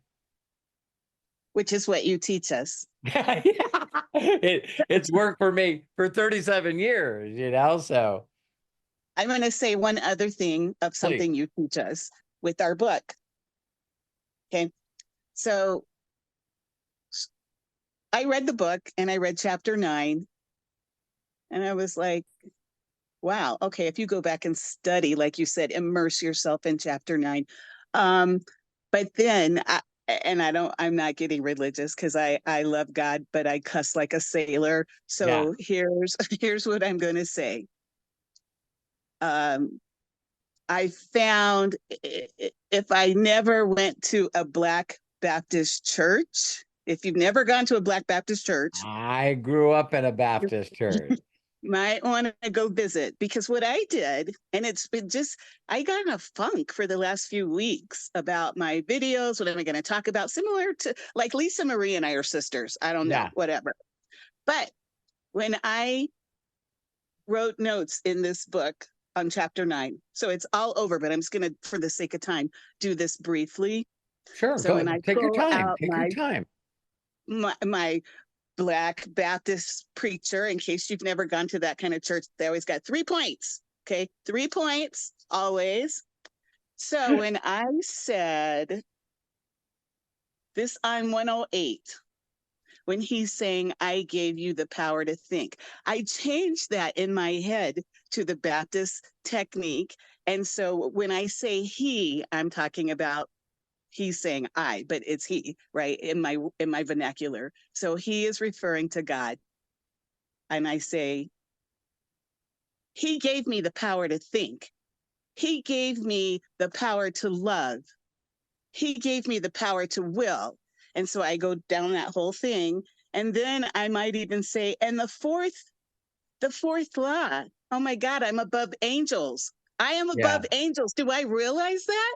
He told me, I gave you one more power, a power, I'm getting the chills, oh my God, a power so great that not even my angels possess it. That means what he's saying is I am above angels. So he gave me the power to choose. Okay. And then on 109, look, I turned my eyes turn into, oh, it's 102 and 103. Sorry. I got these special glasses that I have to. He told me choose love rather than hate. He told me to laugh rather than cry. He told me to create rather than destroy. He told me to persevere, to praise, to heal, to give, to act, to grow, to pray, to live. And then back to rather than. And you brought this out, Robert, and made me want to say this on this today, because earlier I kept going like this because you were talking and I felt like we were in church, right? Because when a preacher is repeating and they're going over and they're pulling something out of you, then it reminded me of how I read this book, right? You even asked, how do you read the book? And then he said, I never withdrawn your great power, the power to choose, right? And I just try to do these things, not like I'm an actor, but like I'm a Black Baptist preacher, to get these points home. And as Lisa Marie was talking, I kind of got sad myself because I said, I haven't been doing videos because I don't know what to do. And then I came over here while you guys were talking and he said, I gave you the power to plan. I gave you the power to speak. Yep. You better fucking wake up. I gave that to you. You are not without ideas. I gave you the power to be creative. You have ideas. And I just wanted to share that. Thank you. Thank you. That was so powerful. Yeah, because it's You know, I tell people all the time, you know, the gift that I give people sometimes is the wash by the word. And what the wash by the word is just it's just it's just the promises. Yes. The promises in the Bible. And so, you know, acknowledge him and everything will be added on to you. All things are possible to those that believe. And I've listened to these audios so much. No weapon formed against me shall prosper. I tell people all the time, I don't need to be a biblical scholar to understand phrases that I believe in, that my imaginary friend helps me with. Yes. Yes. And so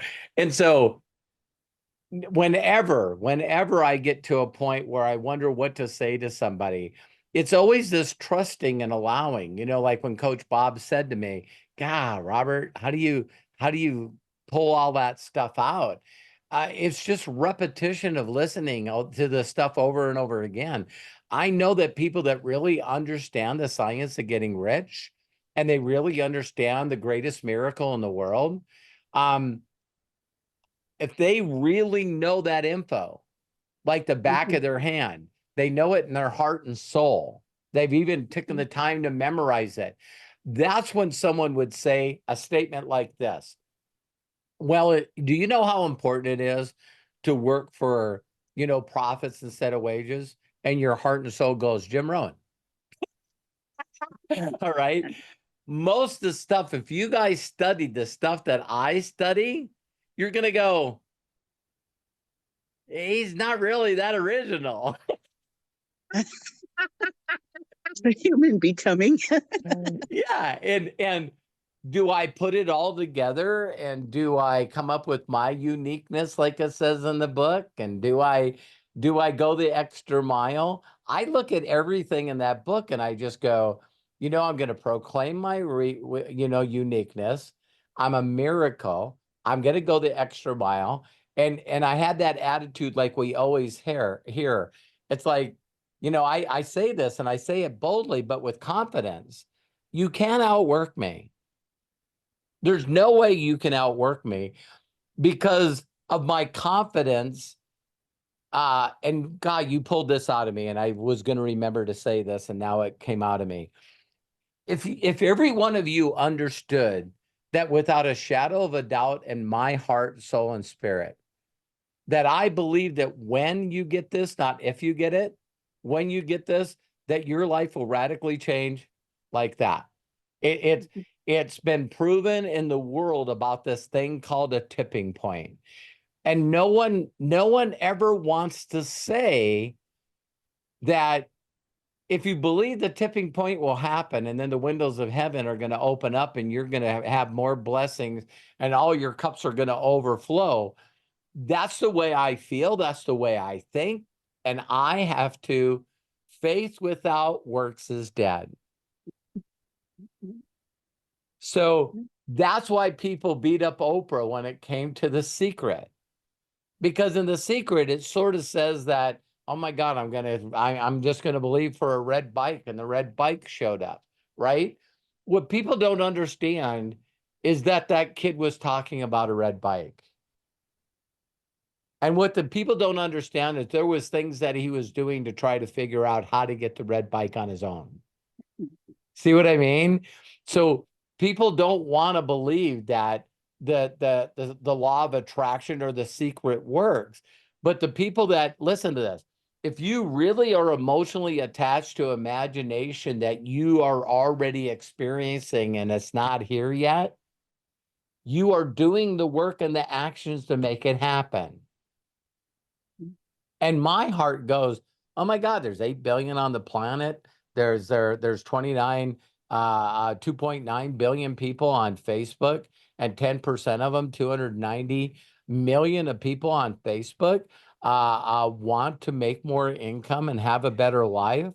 And then LinkedIn comes out and says 85% of the people polled currently don't like their current financial situation or their job. And I'm going like, it's not from a lack of talking to people. It's a lack of asking the right questions. Mm-hmm. Because when you're asking the right questions, the person goes, oh my God, me and my wife were just talking about this. We were praying about this. There's got to be a better way. You know what I mean? So when I go fishing, I know I'm going to catch a fish. When I sort, I know I'm going to find people to watch the video. And, you know, when it was funny because the story of Josh and Chris Robinson and Josh Zwegel's father, you know, when they went out to go, you know, marlin fishing. Here is the crazy thing about that story. They have to go out for 6 hours. They left at 5 a.m.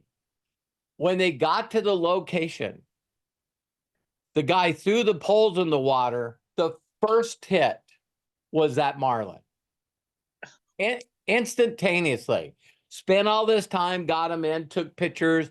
You know, there's a rule that you got to put them back in the water as fast as you can and, you know, catch and release. Guess what they caught for the next 5 hours? Nothing. And when I heard that story, it's like, oh my God, wouldn't it be cool if we caught a marlin? That's all they were talking about. Wouldn't it be cool? In fact, Josh paid more money because he hasn't to a crew and a fishing boat that said, if we don't get you a marlin, we'll give you your money back. So they go out there, nowhere to go, use professionals, get a marlin, but that was the end of everyone's goal. The imagination was to go get a marlin. And then now you're out there and apparently half the boat's all sick. You know what I mean? Because they haven't been in a boat that's rocking that bad. And you know, and it's hilarious that they had a goal and an imagination. They all went out, they pulled it off, and then nothing else happened. Because the imagination was, well, if we're going to be out there for 5 hours, 6 hours, wouldn't it be cool if we caught fish all day? You know, what if we caught a barracuda? And what if we caught, you know, this kind of fish? And it's like, you know, so it was funny to me when they came back and said, oh my God, as soon as we got out there, it wasn't even 10, 15 minutes when we caught the marlin. And then everyone's like, okay, now what? Well, you know, we're all the way out here. You already paid for the trip. So thank you for sharing that, Dee Dee, because when you share stuff, it really comes from the heart and the soul, and I appreciate that. I appreciate you. Thank you, Robert. I appreciate you too. I'm going to say one last thing to go with what you just said. When back to he told me, according to page 103, never demean myself again. Speak boldly in my power. Never settle for the crumbs of life. Remember the child who says, when I am a big boy, but what is that? For the big boy says, when I am a grown up. This was really powerful for me. And then the grown up says, when Mary. I am wed, and it goes on and on. So when I retire. Yes. Okay. So, and then retirement comes and he looks back over his landscape traversed. A cold wind sweeps over it, and somehow he has missed it all, and it's all gone. Enjoy this day, today, and tomorrow. That's what he told me. Amen. Did you guys ever notice this? I didn't notice this. I told people, you know, I not only listened to Wanda's YouTube, but you know, I posted the PDF in here. And so I opened up the PDF and just went word by word, you know, and I haven't done that in probably like a long time, years. And I just felt that I needed to do that. And so as I was doing that and it was sort of resetting me, you know, I was all of a sudden going, you know, at the very beginning of Wanda's videos, she says, I'm going to read the God Memorandum, chapter 9. And she says there are some edits. And I go, why would she do that? And what she did is in her voice throughout that whole thing, she did what you just said. To speak boldly, walk in your purpose. But instead of the saying she said he. Uh-huh. Uh-huh. So through the whole thing, she changed that into, wow, I never thought about this and just till now. But she because she was reading it, she was doing it from, God talking to you. Yes. That's basically what I'm trying to say. When you said, how are you reading it? You said that earlier. How are you reading it? How is it affecting you? I found that when I just sat and read it, I was like, okay, it hits everybody differently. Yeah. But then one night in my bed, I started saying Good for he to you. me, Yeah. and it just helped. Yeah. I think that people should do that with everything. I always tell people that you got to really be careful of that little voice that says this is not for you.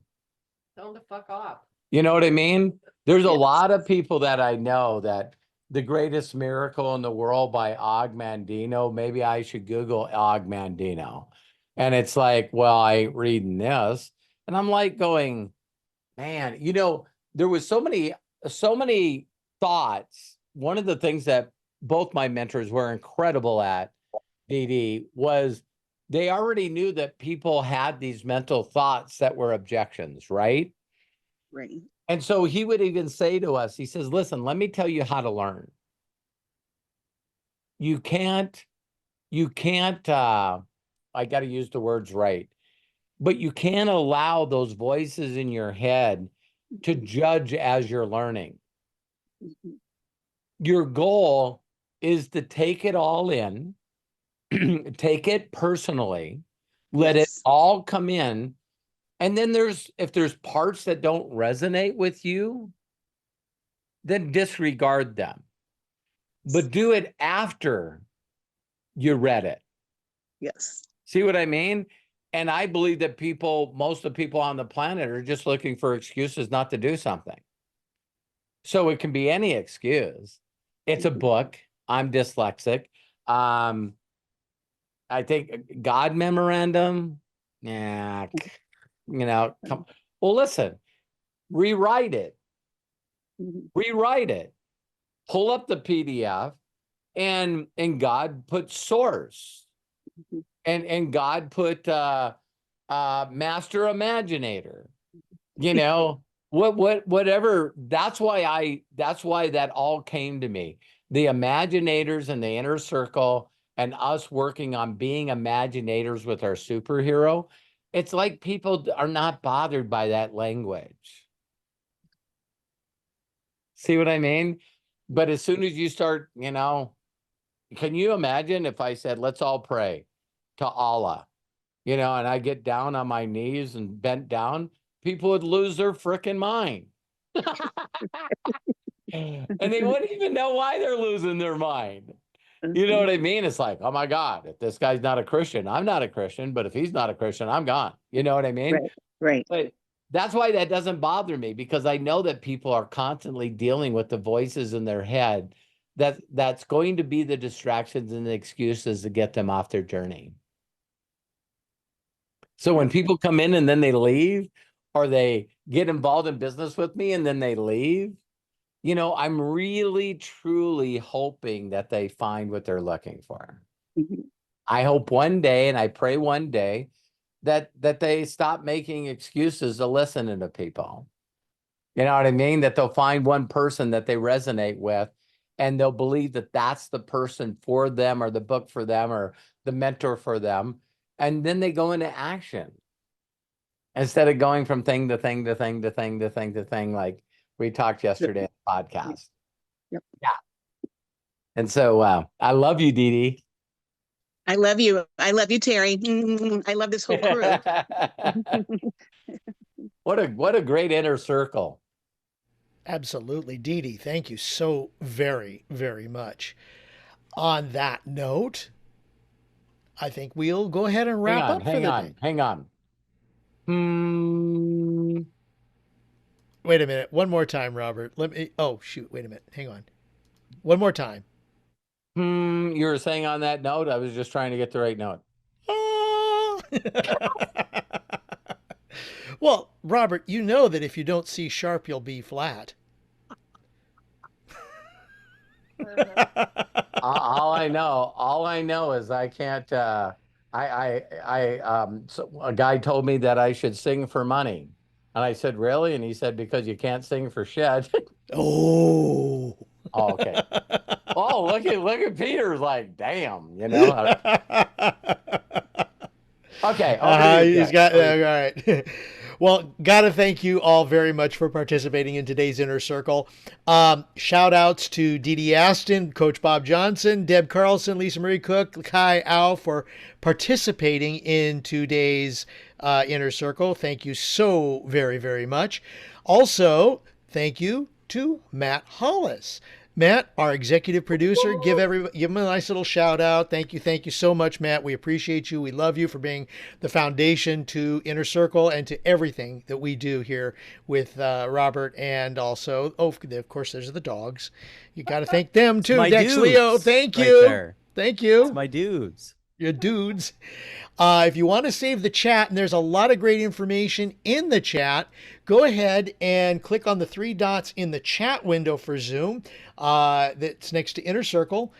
Then click Save Chat. It'll download to your computer as soon as we're done. If you're watching us on YouTube, the information that we shared with the links and such will be in the post description down below, where you're also going to hit the like button.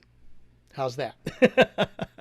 So we appreciate you. We love you. Don't forget, we've got Ask Me Anything on Saturday at noon Pacific, then Imaginators at noon Pacific on Sunday. So please join us for that. If you have not, if you're watching, well, yeah, you're already going to be there anyway. So fine. I'm not going to do that promo because you guys already know about it. You're going to be a part of it no matter what. Enough said. Thank you all very, very much. Please, until next time, be good to yourselves, be cash, bye-bye. And I'm going to go ahead and click that unmute button so we can all say so long for now. Bye, everybody. Bye, everyone. Have a great day. Love and so much. everybody. Guys. Take care. I think Coach Curtis got caught in the riptide.